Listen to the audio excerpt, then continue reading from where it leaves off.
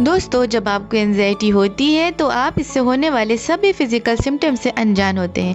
एक के बाद एक सिम्टम्स आते हैं और हम पैनिक होकर इधर उधर भागने लगते हैं, कभी इस डॉक्टर के पास तो कभी उस डॉक्टर के पास। और ये डॉक्टर भी हमारी कई तरह की जांचें करवाते हैं, कभी ये जांच तो कभी वो जांच, और आपकी परेशानी दिन पे दिन बढ़ती ही रहती है। आप घबराते रहते हैं, जांचें करवाते रहते हैं, जांचें करवाने का सिलसिला चलता ही जाता है। तो दोस्तों, आज मैं इस वीडियो में एंजाइटी से होने वाले सभी शारीरिक लक्षण की बात करूंगी। साथ ही आपके लक्षण आपको किसी बीमारी के कारण तो नहीं है, इस पर भी बात करूंगी। मतलब एंजाइटी के फिजिकल सिम्टम्स या एक्चुअल फिजिकल प्रॉब्लम के बीच में क्या अंतर है।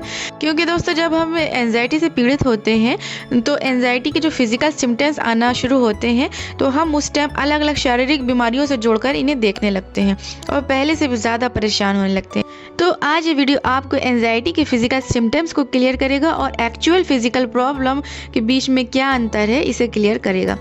तो स्टार्ट करते हैं बिना किसी देरी के।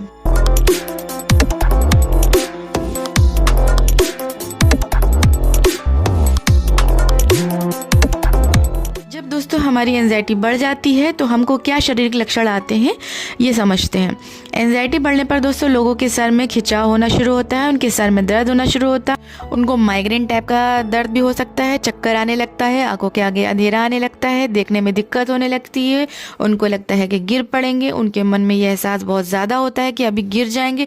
बहुत लोगों के जबड़े हिलने लगते हैं, कुछ लोगों को लगता है कि खाना गले में फंस कर जा रहा है या गले में कुछ अटक सा गया है।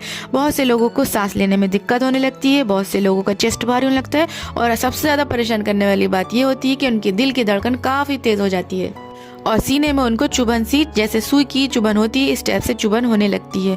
और इसके साथ साथ पेट की समस्याएं भी स्टार्ट हो जाती हैं। कभी पेट में दर्द हो जाता है, कभी कॉन्स्टिपेशन हो जाता है, कभी लूज मोशन हो जाता है, कभी एसिड रिफ्लक्स हो जाता है, कभी गैस बनती है, कभी पेट खराब।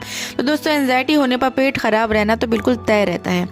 इसके अलावा आपको दोस्तों मसल्स पेन हो सकते हैं, नसों में खिंचाव हो सकता है, पैर की पिंडलियों में दर्द हो सकता है। तो ये सभी कॉमन शारीरिक लक्षण हैं। तो दोस्तों, आप समझते हैं कि शारीरिक बीमारी या एंजाइटी के शारीरिक लक्षण में कैसे अंतर हम कर सकते हैं। तो सबसे पहला पॉइंट यहाँ पे ये है दोस्तों, अगर आपका मन बार बार ये कह रहा है कि ये जो भी शरीर में हो रहा है, जो भी सिम्टम्स आ रहे हैं, ये सभी किसी न किसी बड़े भयानक बीमारी के सिम्टम्स है या किसी बड़ी भयानक समस्या के हैं, तो दोस्तों ये एंजाइटी है।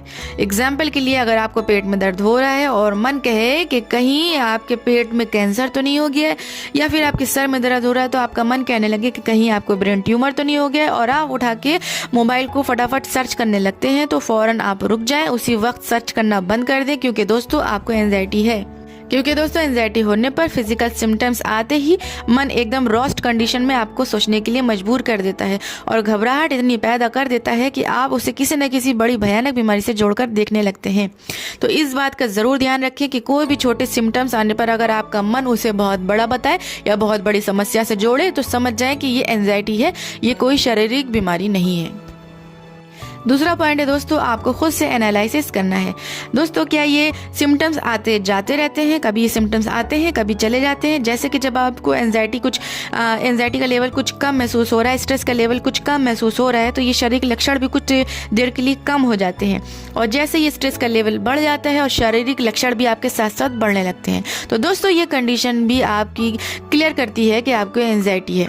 भी आपको अगर क्लियर तरीके से समझना है तो आप देखिए, सुबह उठने के बाद अगर आपको कोई भी शारीरिक लक्षण परेशान नहीं कर रहे हैं और फिर जब आप काम करना स्टार्ट करते हैं तो धीमे धीमे ये शारीरिक लक्षण भी आना चालू हो जाते हैं, तो ये सीधे तौर से एंजाइटी है। और तीसरा पॉइंट है दोस्तों, आपने अपने शरीर की सभी जांचें करवा रखी हैं और आपने अपनी तसल्ली के लिए कि आपको कहीं कोई बीमारी नहीं हो गई है, सभी टेस्ट करवा लिए हैं, लेकिन फिर भी मन में डर बना हुआ है कि आपको कोई ना कोई ज़रूर भयानक बीमारी हो गई है, तो ये जो कंडीशन है दोस्तों ये भी एंजाइटी है। या फिर ये कंडीशन इस तरीके से भी हो सकती है कि आप टेस्ट करवाते हैं, टेस्ट करवाने के बाद आप देखते हैं आपकी रिपोर्ट्स नॉर्मल है, आपको तसल्ली हो जाती है और आप सुकून से बैठ जाते हैं कि चलो ये एंजाइटी के कारण था। लेकिन कुछ दिनों बाद आपकी एंजाइटी बढ़ती है और फिर आपके मन में यही विचार आने लगते हैं कि दोबारा जांच करवानी चाहिए, कहीं अब फिर से तो कुछ मुझे नहीं हो गया है।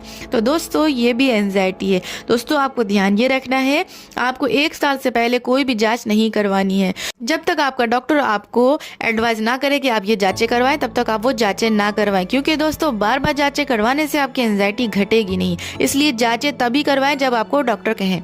तो दोस्तों ये भी क्लियर इंडिकेशन है कि जांचों के बाद भी आपको शरीर में होने वाली समस्याएं, कोई बड़ी शारीरिक बीमारी लग रही है, तो ये भी एंजाइटी के शारीरिक लक्षण हैं।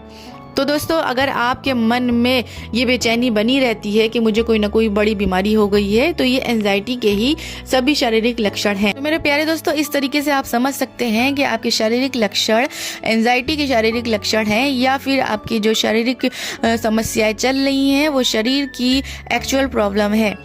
तो आई होप आज की वीडियो से आपको काफ़ी हेल्प मिली होगी। उसी उम्मीद के साथ इस वीडियो को यहीं पे ख़त्म करती हूँ। जब तक के लिए मुझे दे इजाज़त, गुड बाय।